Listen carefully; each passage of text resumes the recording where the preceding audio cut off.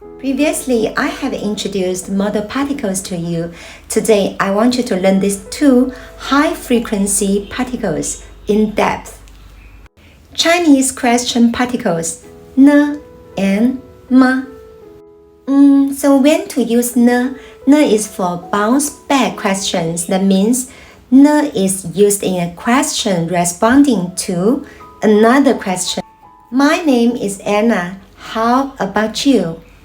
我叫安娜，我的名字是安娜，你呢？ Now, when to use ma? Ma is for yes or no question. That means the ma questions will be used when the answer is yes or no. Example, do you like drinking coffee? 你喜欢喝咖啡吗？你喜欢喝咖啡吗？ You want the answer is yes or no, right? So you add this ma into your question. So people will answer you by yes or no.